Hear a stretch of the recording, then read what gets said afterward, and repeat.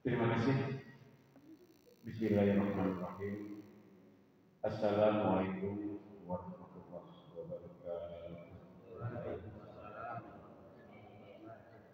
Alhamdulillah wassalatu wassalamu ala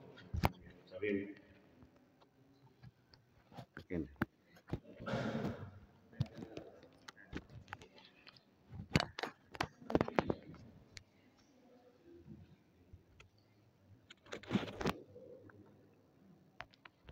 Alhamdulillah wassalatu wassalamu ala mursalin wal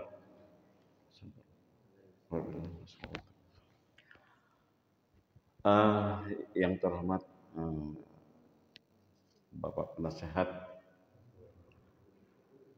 Bapak Ustadz Amiruddin, Bapak Ustadz Tata Yasin, Bapak Ustadz Asep Sekudin, Bapak Mardias, yang saya hormati teman-teman pengurus DKM, Bapak Ibu sekalian jamaah yang saya tidak sebutkan satu persatu, namun tidak rasa menghormat saya kepada Bapak Ibu sekalian. Dan yang saya banggakan, saya yang cintai, alhamdulillah ada anak-anak di sini. Jangan dipikir, sini aja nggak apa-apa. Ya, nanti calon-calon nih yang pengurus masjid sini semua itu.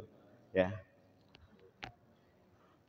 baik, Bapak Ibu, alhamdulillah kesempatan yang diberikan saya. Cuman rasanya saya kalau di depan sendiri kurang bagus. Saya minta kepada Bapak Penasehat di sini berempat. Pak Ustadz Amir, mohon maaf dampingi saya. Saya takut karena saya akan membuka forum tanya jawab, nanti kalau saya nggak bisa jawab kan penasehat. Maaf Pak Ustadz Yasin, samping saya sini. Pak Asep udah enggak, itu kan udah selesai, udah tinggal di sini. Maaf Pak Mardias. Oh iya, ketua DKM. Rasanya kalau didampingi Pak Ustadz adem saya nih ya. Jadi karena saya akan membuka nanti forum tanya jawab selama saya jadi ketua DKM. Insya Allah kalau saya bisa jawab kan ada yang bantuin jawab udah pastinya. Baik Bapak Ibu yang saya hormati, terima kasih kesempatannya. Pertama-tama marilah kita panjatkan puji-puji syukur kepada Allah Subhanahu wa taala yang telah banyak memberikan nikmat kepada kita, terutama nikmat iman, nikmat Islam, nikmat sehat, sehingga di pagi subuh ini kita dapat berkumpul dalam rangka acara serah terima jabatan Ketua DKM masa bakti saya yang 2019 sampai 2022 yang nanti akan tadi sudah dilaksanakan. Salam dan salat mari kita sanjungkan kepada junjungan Nabi besar Muhammad SAW yang merupakan suri dan kita, mudah-mudahan kita berada dalam syafaatnya. Amin amin ya rabbal alamin. Bapak Ibu yang saya hormati, sebelum saya izin sama Pak Ustadz Amir semalam, Pak Ustadz, tolong saya minta diberi waktu yang cukup. Waktu yang cukup bisa sejam, 2 jam, 3 jam, 4 jam, 5 jam, 6 jam. Terserah gitu. Saya sudah minta, alhamdulillah permintaan saya dikabulkan. Ustadz, kira-kira saya dikasih waktu berapa lama nih? Pokoknya secukupnya. Secukupnya, alhamdulillah gitu ya. Nah. Bapak Ibu yang saya hormati, sebelum saya ada beberapa yang saya sampaikan selaku saya ketua DKM, di sini kan saya harus mempertanggungjawabkan selama bakti saya. Namun saya ini kan dulu ya, ada satu hal saya mau membuka bahwa kita ini kemarin pelaksanaan kurban, ya. Ini belum ada pembubaran, Pak Ustadz, ya, belum ada pembubaran. Jadi hari ini sebelum saya sambutan, saya bubarkan dulu. Tadi sebenarnya kalau saya mau jangan dulu di setelah terima, saya mau bubarin dulu gitu. Tapi ya nggak apa-apa lah ya. Ya nggak apa-apa. Jadi Pak Ustadz Yasin telah menyampaikan laporannya. Maaf, semalam saya baru terima, jadi saya belum baca, tapi udah saya tanda tanganin. Ya, Pak Ustadz Yasin selaku kepanitia kemarin telah membuat pertanggungjawaban selaku ketua, saya penanggung jawab. Itu sudah ada, saya dari Pak Dwi semalam nih, ya, diceritakan bekas laporan serta ada uangnya gitu ya. Nah, ini sudah saya terima jadi gitu. Jadi untuk kepanitiaan kurban tahun 2020 alhamdulillah secara resmi telah dibubarkan. Nah, jadi saya udah nggak ini lagi, nanti orang yang nanya korban mana korban. Nah sekarang udah dua orang, udah sah nih ya. Tapi kalau mau nanya ya boleh juga ntar masalah kurbannya gitu. Eh, saya sudah catat nih banyak nih catatan saya, bisa 2 jam nih. Bapak Ibu yang saya hormati jamaah Masjid Baitul Salam. Yang pertama saya akan menyampaikan, ya mungkin saya singkat-singkat saja nanti. Kilas balik menjadi ketua DKM. Ya. Saya pada saat itu ya sedang sholat isya kalau nggak salah. Didatengin, alhamdulillah samping kanan kiri saya Pak Ustadz Amir dan Pak Ustadz Yasin. Ya bercerita gitu ya. Tentang DKM yang pada saat itu DKM PLT masih dipegang Pak Ustadz Asli. Saya kaget nih. Ini Pak Ustadz Amir dan Pak Ustadz Yasin nggak salah nih arahnya ke saya. Saya pikir gitu. Saya nggak punya mau, langsung ini jadi ketua DKM. Saya pikir. Saya ke rumah pulang. Saya diketawain sama istri yang ini saya nih, ya. Emang kamu mampu, dibilang. Karena istri saya tahu siapa saya gitu. Tapi ya saya mohon sama Ustadz Pak Yasin, Pak Ustadz Amir, carilah yang lain. Saya bilang banyak orang teman-teman yang ini. Dalam perjalanannya ya barangkali memang sudah digariskan, ya coba aja jalan ke prosesnya. Cuman saya minta permohonan, jangan ditunjuk secara langsung. Adakanlah pungutan suara. Alhamdulillah permohonan saya dikabul juga. Jadilah gitu. Nah, singkat kata, proses pemilihan selesai karena kalau saya ada calon lain, manakala saya terpilih, saya punya partner kerja. Kalaupun saya tidak terpilih, saya jadi orang pertama yang akan membantu yang terpilih. Itu pada satu. Karena cuma 2, mau nggak mau, ya kan? Ya alhamdulillah, berjalan alhamdulillah. Nah berkat apa yang sudah terjadi seperti itu, makanya saya mulai berpikir terpilih saya mungkin karena memang ya saya merasa karena saya tahu siapa diri saya dalam sisi agama, secara ilmu saya tidak memiliki, tapi ya mungkin Pak Ustadz Amir dan Pak Ustadz Yasin membawa pikiran yang lain, sudut pandang yang lain sehingga saya terpilih. Nah begitu saya memikirkan karena pada saat itu masjid dalam proses pembangunan, apa saya mampu nih? Itu saya bertanya-tanya. Saya pikirkan gitu ya. Ini bagaimana? Nah akhirnya saya mencoba mulai dari mana saya kerja. Nah mulai saya dari kerja, saya pandang masjid adalah suatu tempat untuk beribadah dan masjid sebagai suatu tempat proses administrasi organisasi. Itu saya berpijak kepada situ. Kenapa kok saya berpandangan bahwa masjid tempat ibadah? Ya berharap mudah-mudahan ini pembangunan masjid pada saat itu pembangunan masjid kan harus dikerjakan. Saya bukan mungkin cepat harus selesai, tapi dalam proses pembangunan masjid ini ya tetap berjalan. Alhamdulillah saat itu karena saya mengacu kayak seperti itu, karena ketua pembangunan, maaf, Pak Asrul, saya bilang, waduh saya mendampingi apa saya mampu kayak gitu ya. Tapi alhamdulillah saya mau tahu bagaimana cara kerjanya karena saya tidak mengerti konstruksi bagaimana. Saya tidak punya ide gagasan bagaimana masjid. Tapi karena di sini Pak Asrul selaku ketua pembangunan, alhamdulillah dia selalu berkoordinasi dengan saya. Contoh sederhana saja ya. Contoh sederhana misalnya di pemilihan yang profil tiang di atas itu dia memberikan penawaran ini ada model ini saya, nah ketua DKM, profil ini dan, nah artinya di situ, oh berarti ketua pembangunan bisa bekerja sama saya, gitu. Nah dari situlah, ya insya Allah karena niatan supaya nanti pembangunan bisa tetap berjalan dan jadi, ya alhamdulillah terjadi. Kemudian dari sudut pandang bahwa masjid adalah tempat proses administrasi organisasi. Nah di situ kan ada kepengurusan. Bisa nggak saya bekerja sama dengan teman-teman? Dengan sangat alhamdulillah, saya sebenarnya jadi DKM nggak ngapa-ngapain, nggak kerja, karena semua sudah ada yang kerja. Pak Ustadz Yasin, selaku ini peribadatan, sholat, Pak Dwi, ya kalau saya sebutkan banyaklah semua. Ya. Nah, Sehingga alhamdulillah Allah memberi kemudahan segalanya masjidnya berjalan. Nah, dalam proses bagaimana penyempurnaan supaya itu proses berjalan, saya selalu berhubungan, berkomunikasi dengan penasehat. Ya, manakala saya ada kesulitan manajemen masjid, saya waktu itu kami pernah pertemuan di rumah Pak Asrul yang dihadiri Pak Ustadz Yasin, Pak Asep, Pak Mardias, Pak Parlan. Alhamdulillah waktu itu Pak Ustadz Amir lagi ada halangan mengantar anaknya ke ini. Ya. Kemudian ada kesulitan perpindahan atau kekosongan jabatan sekretaris dan bendahara, saya berkoordinasi dengan penasehat bertemu di rumah Pak Ustadz Amir yang dihadiri ya Pak Ustadz Amir sendiri, Pak Ustadz Yasin, Pak Ustadz Asep, dan Pak Mardias. Erick clear lah semua gitu. Sehingga pada hari ini,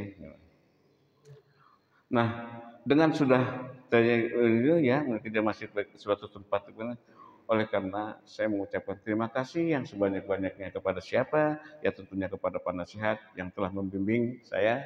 Jadi saya ternyata dapat ilmu banyak nih. Saya salah satu saya tanya tentang masalah zakat aja. Insya Allah Pak Ustadz, saya itu sekarang udah bisa bagaimana pemberian zakat nih caranya. Ilmunya dapat dari Ustadz Amir. Nggak sangka ya. Kemudian yang saya tugaskan Pak Soleh selaku penerima zakat dengan Pak Chandra berjalan terus alhamdulillah. Nah saya ikut ambil bagian. Ya ternyata hikmahnya ada ilmunya nih. Yang tadi saya nggak mungkin sebagai penyerat, insya Allah saya bisa dapat ilmu dari situ. Banyak yang lain gitu. Ya saya juga ucapkan terima kasih sebenarnya Pak Ketua Pembangunan. Semalam saya ketemu sama dia sambil minum jamu lah bang. Gue nggak bisa hadir, nah yaudah nggak apa-apa. Salam aja buat teman-teman. Ya tentunya kita hargai, hormatilah karena ya beliau gigih dalam memperjuangkan ya bersama-sama kita membangun masjid ini ya. Semua berceritalah tentang ini. Jadi selalu sebagai ketemu berkoordinasi dengan saya. Terus teman-teman pengurus yang tentunya lebih banyak membantu saya, ya banyak lah gitu ya. Mulai dari ya Pak Yadi tidak pindah, alhamdulillah Pak Dasuri ada ya. Nah ini yang menjadikan saya semangat kerja pada satu yang kemudian saya juga sampaikan, saya undang nih Pak Pauji nih sebenarnya. Tapi insya Allah dia datang karena walaupun bagaimana, alhamdulillah Allah kasih rezeki lewat Waskita Karya saya dikenalkan sama bosnya Pak Pauji.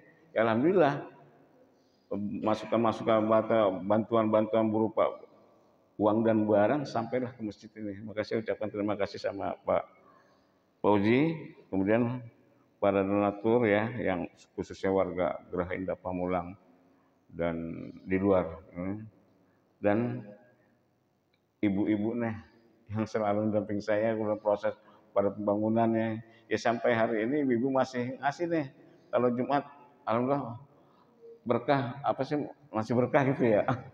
Iya. Nah ini ada masih terima kasih kepada Bu Asep dan Bu Haji Marjono sama Bu Haji Wano. Yang lain kemana tadi Bu Haji? Ku pulang. Bu. Begitu ya. Dan nanti sampaikan saya terima kasih banyak kepada semua ibu-ibu ya. Terima kasih gitu yang sampai saat ini telah membantu. Cuma anak-anak juga yang ikut kerja bakti ya. Kemudian saya akan menyampaikan laporan keuangan. Maaf ya, karena saya bicara laporan keuangan pertama sebelum keuangan dipegang oleh Pak Oji dan Pak Dwi ya. Alhamdulillah Pak Dasuri sangat membantu saya. Allah Pak Dasuri dan Pak Yadi yang secara administratif benar-benar membantu manajemen masjid dari sisi administrasi.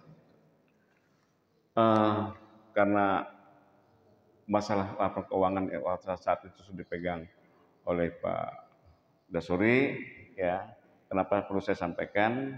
Karena itu berkaitan waktu itu saat-saat tentang pembangunan. Jadi alhamdulillah saya informasikan karena waktu itu Pak Dasuri bawa uang di plastik berbagai recehan mau kemana?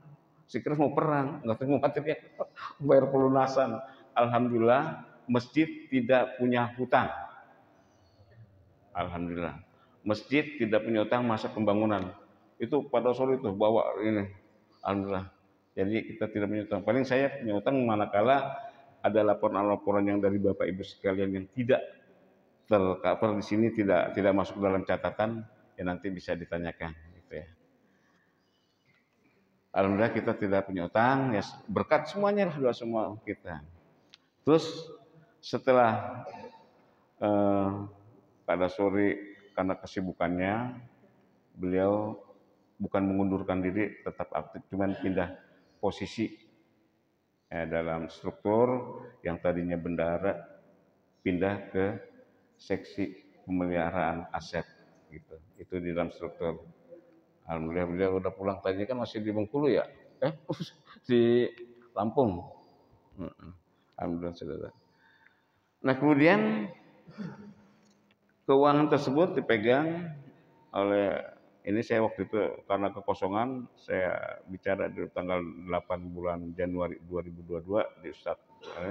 Kali ini siapa nih kekosongan? Uang waktu itu saya titipkan, daripada sore saya titipkan oleh Pak Nasihat. Akhirnya Pak Dwi selaku wakil ketua rangkap jabatan sekretaris dan juga sebagai keuangan gitu ya.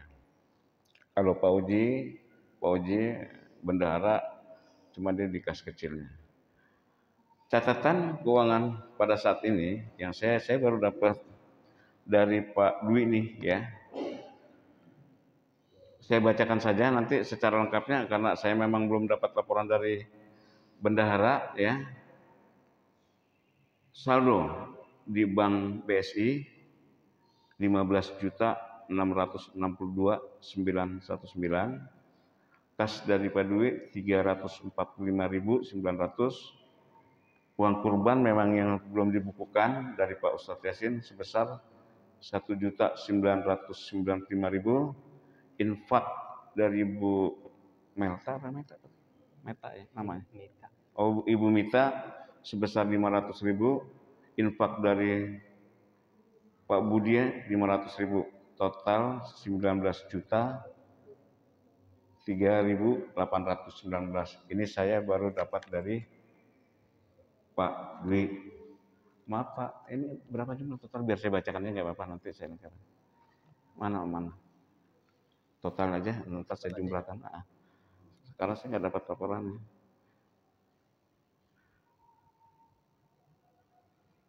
Maaf ya Bapak Ibu ya. Ya ini memang style saya memimpin kayak gini. Saya kalau udah percaya sama teman, udah saya percaya aja gitu ininya. 1.400.000.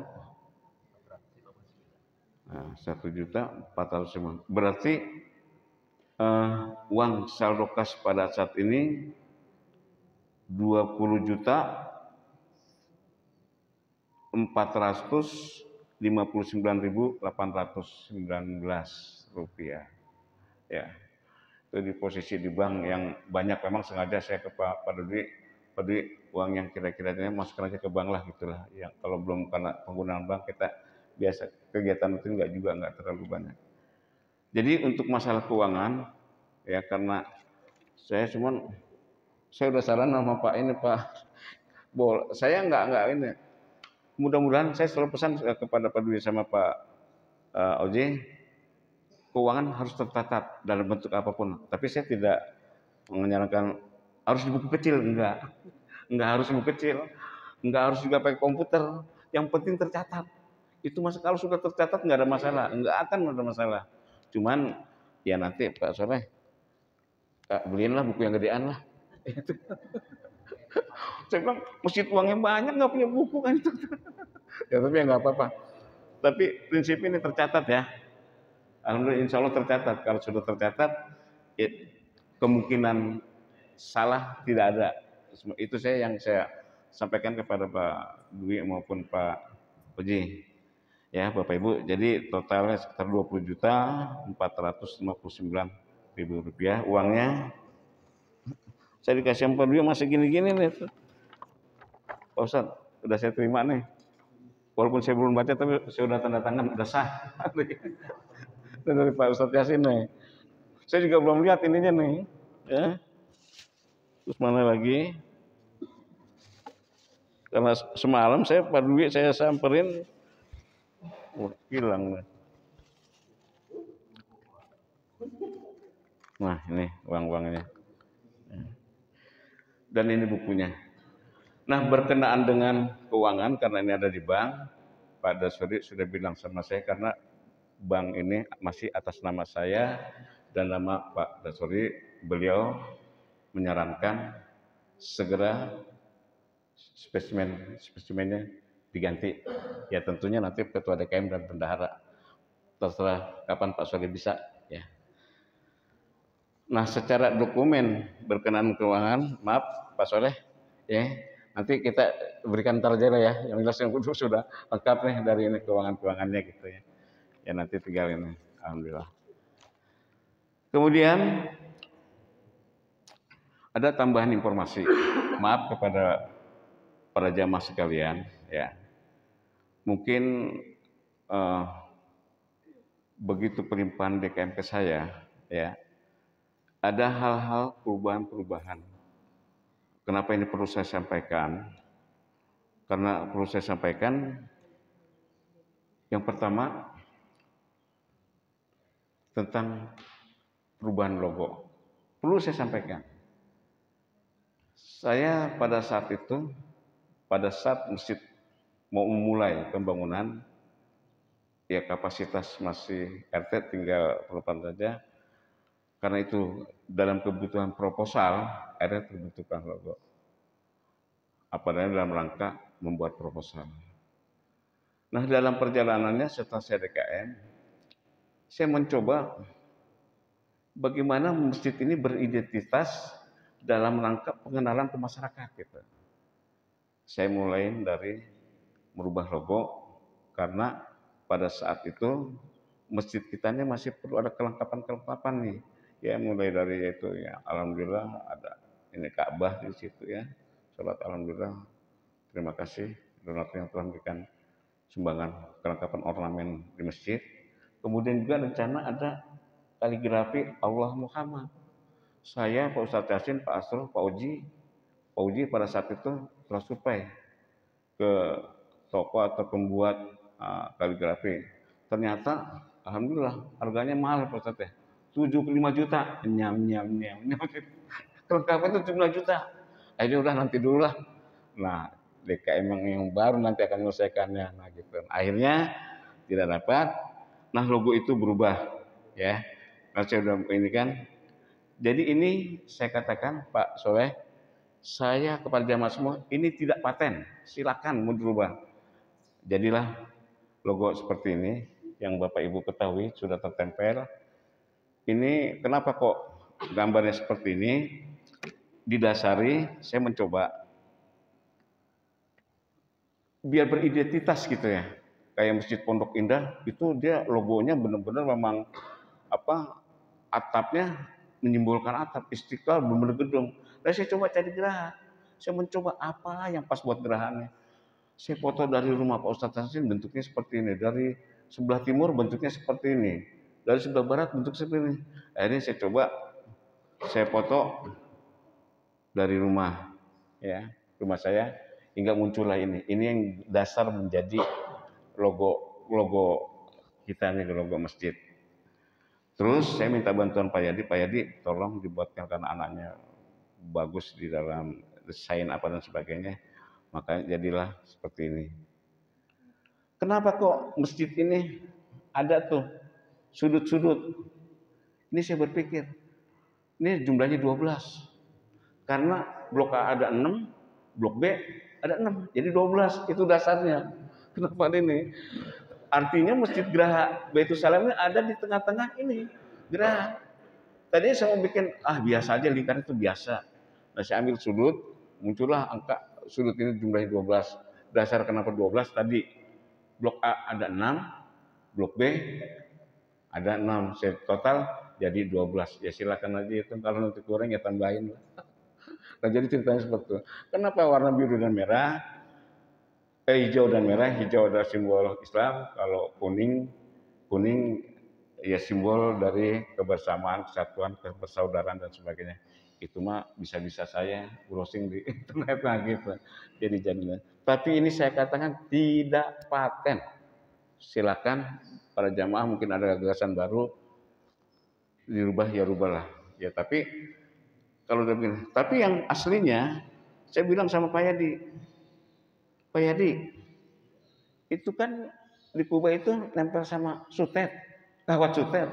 Apa kita tambahin sutet aja sih bilangnya. Jadi itu logo ada tambah sutet juga gitu.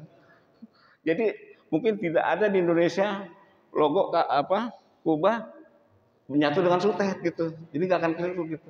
Tapi kata udahlah nggak usah dirubah, biar aja jadi nggak ada sutetnya hilang gitu ya. Nah, ini informasi saja.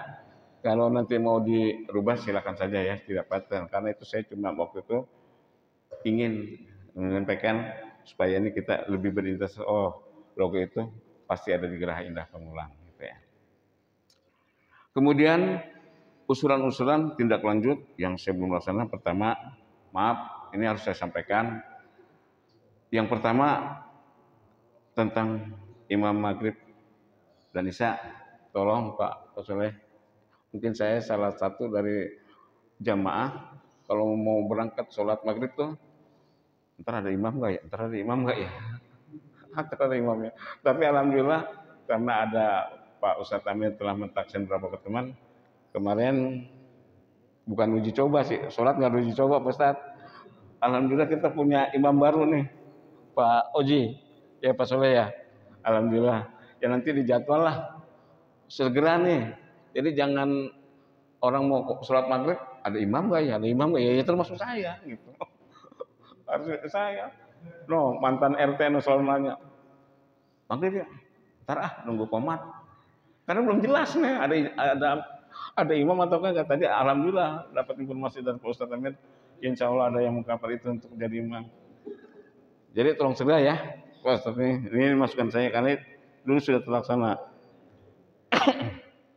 Kedua, tolong ditindaklanjuti bahwa di sub kita ibu-ibu ya, bapak-bapak sekalian, ada sub yang kosong. Siapa mereka? Yang kosong itu belum diisi oleh para remaja. Remaja artinya remaja ini sekelas siapa namanya Pak? Ya awang CS lah gitu ya. Apa anaknya Pak Ade gitu ya. Ini belum terisi nih, masih ada sub-sub yang kosong. Ya mohon kepada siapapun kita, ayo kita ajak anaknya. Pak Sora alhamdulillah sudah bicara sama saya, sudah ngobrol-ngobrol, udah punya strategi khusus bagaimana merekrut anak-anak kita remajanya bisa mengisi sub yang kosong. Ya itu yang mudah-mudahan itu. Terus tolong Pak Sora juga, saya mau bikin pelang masjid waktu itu ya. Karena alhamdulillah jamaah sholat Jumat kita ini udah ada dari luar gitu ya. Sudah dari luar gitu. Waktu itu saya sudah mencoba membuat, saya minta uang sama Pak Oji tolong siapkan uang 500.000. Saya coba mungkin. Nah ini sudah didesain sama Pak Yogi nih ya. Cuman belum terlaksana. Itu mau numpang nempel di pelangnya Aero. Ya pasti izin nanti. Ini sudah jadi. Ini cuman belum terlaksana penunjuk Masjid Baitus Salam Geraha Indah Pamulang. Jadi kita memang belum, di sini pun juga belum ada, yaitu nanti adalah informasi ini. Ya minimal yang ini Pak Soleh. Ini biar sebagai informasi. Ya. Kemudian untuk karena kita dalam rangka mengajak, intinya mengajak kepada semua jamaah khususnya warga Indah, ya saya waktu itu sudah sama Pak Yadi, masukan dari Pak Mardias, bagaimana kita ada pemasukan, dibuat kartu donatur tetap lah, yang seperti yang dijalankan Mustaqim ya. Kartu donatur tetap itu bentuk kartunya dan bagaimana, tapi kita tetap mengajak. Ya mudah-mudahan itu yang belum saya laksanakan. Kemudian alhamdulillah untuk sholat Jumat karena kita sudah berjalan, dukungan dari nasihat, akhirnya sholat Jumat berjalan, alhamdulillah sampai detik kembali lagi. Terima kasih pada ibu-ibu yang telah menyediakan nasi berkah gitu ya. Terima kasih Bu Yuli, Bu Asep, sampaikan kepada teman-teman ya. Nggak berhenti kan, masih ada Jumat besok kan, alhamdulillah.